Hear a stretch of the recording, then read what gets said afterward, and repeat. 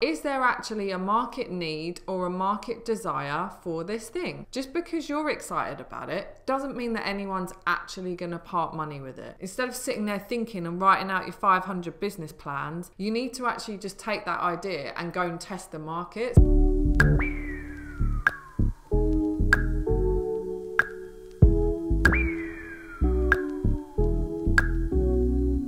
I'm just going to say, guys, the lighting on this video, I can tell you now, is going to be very up and down. So today we are going to be talking about what it takes to actually create a business idea that works. No coming up with business ideas that you haven't researched, haven't worked out if they're going to work, putting all your emotional feelings into it, only for it to flop 2-3 months down the line and you feel like a loser. I'm here to save you from the potential loserdom because I've been there, I've done it, I've had things that worked, I've had things that haven't worked. I think I've come up with a good formula that kind of works out when a business idea is going to succeed. I'm someone that has a million business ideas all the time. If you're anything like me, you also will have a million business ideas all the time. So I'm going to take you through a kind of filtering system that helps you get to the bottom, you know, like you're sifting for gold, and you can come out with this little gem of a business idea that has the most potential to work. I'm still not going to promise you that it will work because that's just business. Sometimes things work, sometimes things don't. Sometimes the things you think aren't going to work great, vice versa. But this filtering system should at least help you eliminate the duffs. Okay?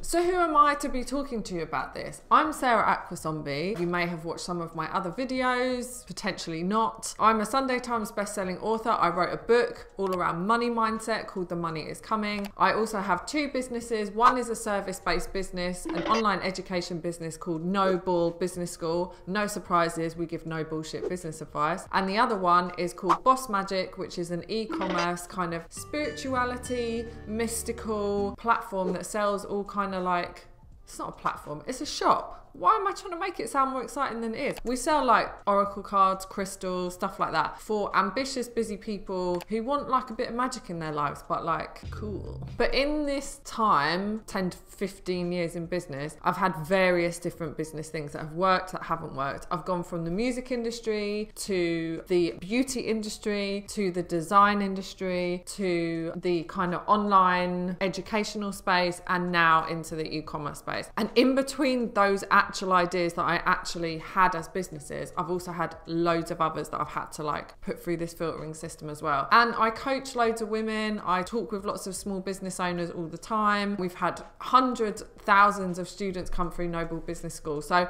I feel like I've picked up a bit of knowledge along the way. Essentially, I'm just another person on YouTube talking to you about business. You can decide if you like it or not. It's your problem.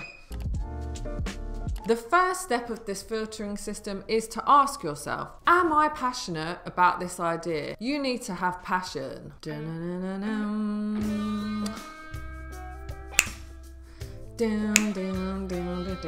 Not like that. When I say you need to have passion for your business idea, of course, you know what that means. You've got to be into it. You've got to be excited about it. It's got to be something that you're passionate about. But here's the kicker. Are you long-term passionate about this idea, or are you just passionate about it because you're at a stage in your life or there's a trend going on, blah, blah, blah. For example, every time I've been pregnant, I got very into and very passionate about the idea of creating cool maternity clothes. As soon as I popped those babies out, did I give a shit about a maternity line? No, I did not care. I literally did not care. I was just moved on. So you want to check that this is something you can be passionate about for at least 5 years, I would say. 5 years I've just noticed is like kind of a period where you might start to get like itchy feet. Or, you know, if you're doing really bloody well, you're going to sell your companies. Business isn't always fun. It's super fun when you first get started and you'll be really excited. You'll want to work all the hours under the sun because you just can't wait to bring your idea to life, yada, yada, yada. There will be challenges. It will be tough. I guarantee that you will take some L's. You want to make sure that the passion and the love for what you're doing still overrides all that. If you're not that passionate about it and it's just something you're jumping on as a trend, when the going gets tough, the tough ain't gonna get going. You're just gonna be like, I can't be bothered. Is there a market need for this right now? You might have a great idea that you're very into, but is there actually a market need or a market desire for this thing? Just because you're excited about it doesn't mean that anyone's actually going to part money with it. Instead of sitting there thinking and writing out your 500 business plans, you need to actually just take that idea and go and test the market. So you need to take it to people that are not your mum and dad, are not your brother and sister, are not your best mates or your husband or whatever. You need to take it out to people that might actually part their own money with it, that you do not know, and see what their response is. That is called validating your idea. Go out there, test it, see if people actually part money with it. If you want to learn more about validating ideas and testing ideas, please go and read a book. I'm going to do this so that my editor can put this book here in my hands, called The Lean Startup. The Lean Startup is a sick business book. It's all about creating a minimum viable product, an MVP, and going out there and testing it on the market. The book drones on a little bit. It kind of repeats the same idea about 500 times, but once you've read the first couple of chapters, you kind of get it. It's just about, don't get attached to your idea, take your idea and go and test the market. So that's the second thing, is discover if there's actually a market need or a market desire, because if there's not, it doesn't matter how into the idea, how passionate you are, it ain't gonna fly.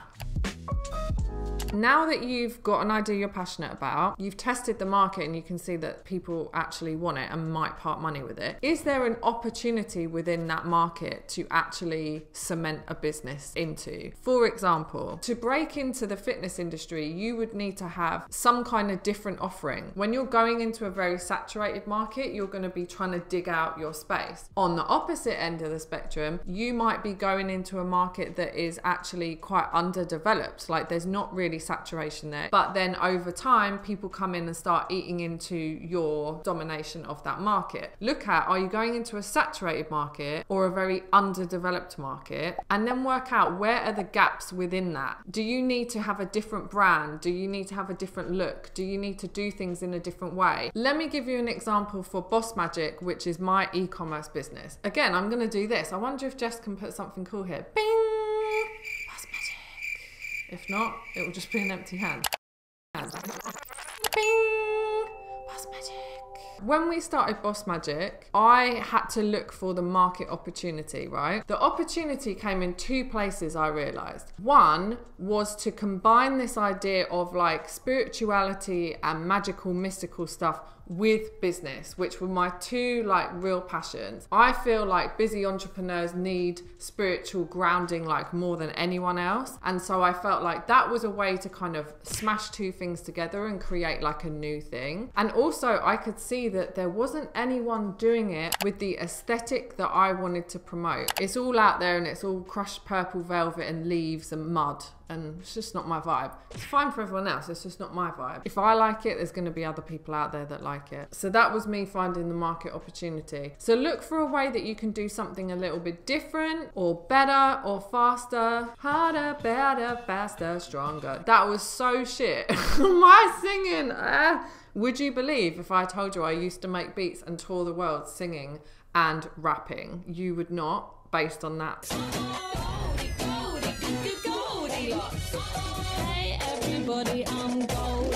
If you're enjoying this video, please do take a moment to comment below. I have more steps coming, but due to the YouTube algorithm, I have to keep interrupting you and saying, hey guys, please leave me a comment and please like my video. And it's annoying, I know, but whatever, please just do it. Is this a profitable idea? You would not believe the amount of times that I work with women or talk to women who create a business where potentially they're like making something or producing something. I say, oh, what's your profit margin on that? And they go, it's really good. Like I make about 50% on it. And I'm like, oh, that's all right. That's pretty decent. What are your material costs? Okay, that's £20. Okay, great. How long does it take you to make it? Are you paying yourself to, oh no, I'm not paying myself to do it. Oh, okay. Have you factored in your VAT and your potential corporation tax on the profit you make? Oh, no, I haven't done it. Okay. So if you've made a product and it's cost you £10 to make it and you're selling it for £20 and you believe you've got a 50% profit margin, but you haven't factored in your time to make it or deliver it if you're a service-based business, and you haven't factored in potential outgoings, overheads, your accounting software or your actual accountant or your taxes, you're actually probably not even making a profit. And it's really important. I know it sounds ridiculous. I know some of you will be watching this thinking, well, duh, of course I've done this. But a lot of people don't. And it's not to be laughed at. This just isn't stuff you always know when you start a business. And that's why I'm here, to try and help anyone who might make these mistakes not make these mistakes. You've got to factor in how much it costs you to make it, any outgoings that you have as a business, your VAT. If you're in England, you need to charge potentially VAT. If not now, in the future, when you build your empire, you will. And most importantly, have you factored in labor? So if you're making it yourself, are you paying yourself to make it? When the business grows, if you need to then hire someone to make it for you, you've got to pay them. Just because you want to live on beans on toast for like 2 years while you build your business, when it grows, you're not going to be able to do that with somebody else. They're going to say, no, I need to get paid. So you need to factor in that you're actually getting paid. So make sure that there is a margin in the product or service that you're creating so that you get left with the bit of money left over. You need to be making profit. This is what business is. If you are not making a profit at some point, okay, you might not be making a profit straight away, but somewhere down the line, if you can't see how you're going to make that profit margin, you do not have a business, you have a hobby. I want to get you into profit. That's why I'm here. So pay attention. Can you scale this idea? So if you have all of that, can you then repeat that process to grow and grow and grow and grow bigger? And that's what scaling is. If you are personally hand making these and it takes you an hour to make them, you're making a good profit margin, the market wants them, you cannot scale this if you have to hand make it, unless you have enough room to hire other people to do it, or you can then automate certain aspects of the business, or you can like put it into production or whatever. That is then going to scale your idea. If it's something that cannot scale, so if you're doing it and you're like, there's no way that I can scale this, maybe you're trading your time for money as a service and you can't see how you're going to scale yourself, because you can't scale yourself. Trust me, I have tried and I nearly like lost my shit in the process. That's another video. Then you need to ask yourself, do I want to build something that can be scalable? What's your goals? Like, do you want to build an empire, or do you want to build a great income for yourself? In which case you might not need to scale your idea, and that's fine. But if you do want to build something big that is going to grow and become an empire, you want to make sure that it's got the potential to scale. If it's a product or a service, you need to be able to see how you can repeat that process in a bigger fashion, create more demand, meet the demand. If it's you and you're like a freelancer or a coach, or you are an expert and you're doing consultancy or something, some kind of service, and you cannot scale yourself, then you need to make sure you've got a good mix of stuff that you do one-to-one at an absolute premium, and then one-to-many stuff. Then that is scalable because you can put more people into your one-to-many product, right? Does that make sense? I think that should be a whole other video in and of itself. So if that sounds interesting to you, like how do you scale something? Hit me in the comments, let me know. I can make another video on it. So let's do a little quick recap. Are you passionate about it? You've got an idea that you're excited about, you can be long-term passionate about it. The second one is that you've proven there's a market need for it. The third one is that you can see where within that market need you could find a little opportunity to shine. Number 4, you can see that this idea is profitable. You've done your numbers, you've done your maths, and you can see that there's a margin. Can you scale the idea if that is something that you want to do?